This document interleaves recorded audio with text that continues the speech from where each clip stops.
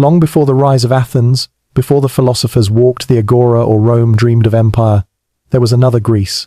It was a land of kings and warriors, of citadels that stood like stone crowns on rocky hills.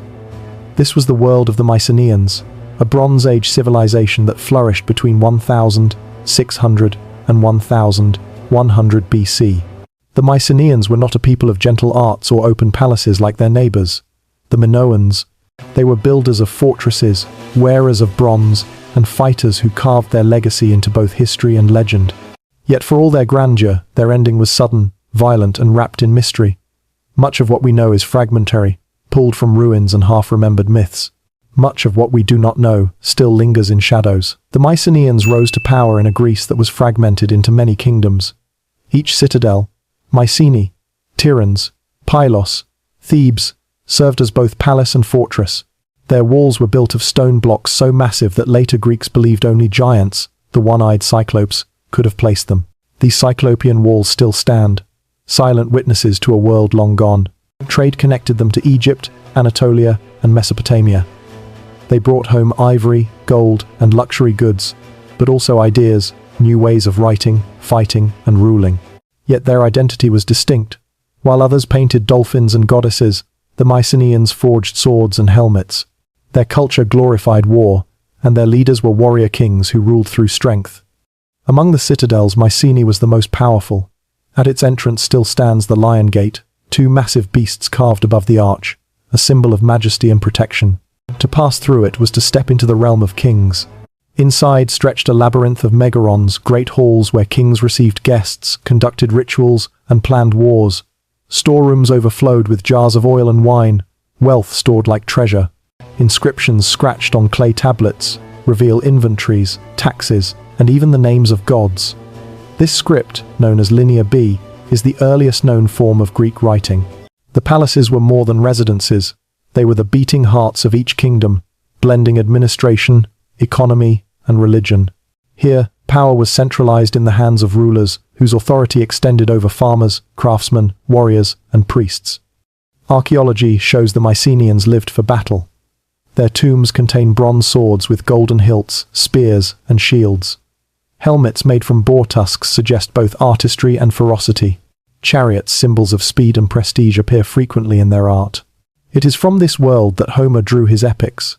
The Iliad and the Odyssey, though written centuries later, echo with memories of Mycenaean kings: Agamemnon, Menelaus, Achilles, Odysseus.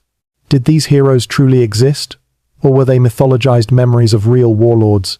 We cannot say with certainty. But the ruins suggest a society obsessed with power, glory, and conquest. In 1876, Heinrich Schliemann, a man driven by the dream of proving Homer true, excavated Mycenae. Among the treasures he unearthed was a golden funerary mask, delicately hammered to resemble a human face. Schliemann declared triumphantly, "I have gazed upon the face of Agamemnon."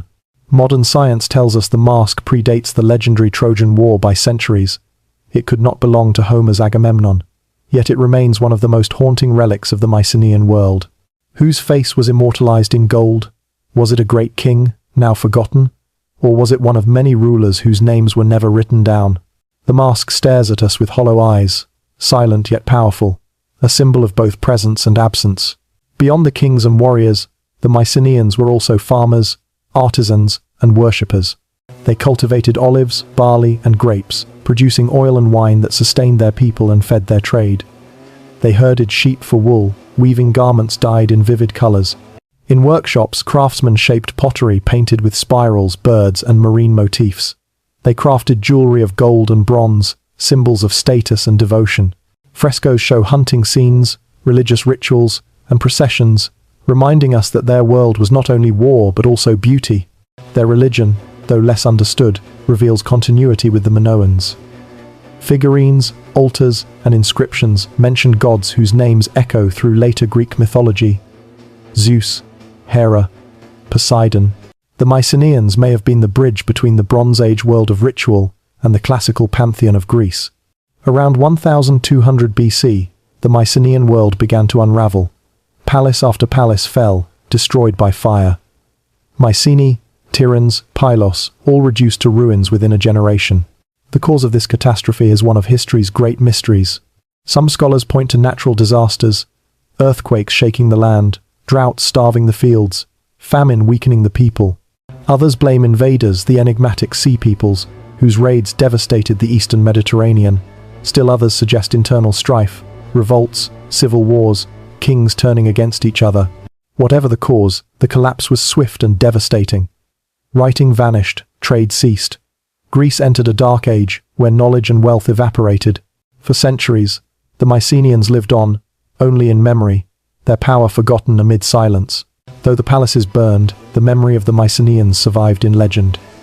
Generations later, when Homer composed his epics, he filled them with the grandeur of a vanished world. Agamemnon, Odysseus, Achilles. They may not have been exact portraits of Mycenaean kings, but their essence came from that age. The Trojan War, whether historical or mythical, preserved the spirit of the Mycenaean warrior ethos. The ruins confirm that a civilization strong enough to inspire such stories truly existed. But how much of Homer's tale is fact, and how much is poetic memory? That question still fascinates historians today. The Mycenaeans shaped the Greece that came after them. They gave the Greeks their first writing system, their first fortified palaces, their first epic stories. They taught the value of strength, leadership, and the pursuit of glory. And yet, they remain mysterious. Why did they fall so suddenly? Who wore the golden mask? Were their kings the same as Homer's heroes, or did myth distort reality beyond recognition? Every discovery opens new questions. Every ruin invites speculation. The Mycenaeans live on not through certainty, but through curiosity. Today, when we walk through the Lion Gate or gaze at the treasures in museums, we catch only glimpses of a vanished world. The Mycenaeans were builders, traders, warriors, and poets. They stood at the dawn of Greek civilization, but their sunset came too soon. They remind us that history is fragile. Civilizations rise, but they also fall. What survives are fragments, walls, masks, names, and legends. The rest is silence. And in that silence, the Mycenaeans continue to whisper through ruins, through gold, through epic tales that history has never fully known. It is always waiting to be rediscovered.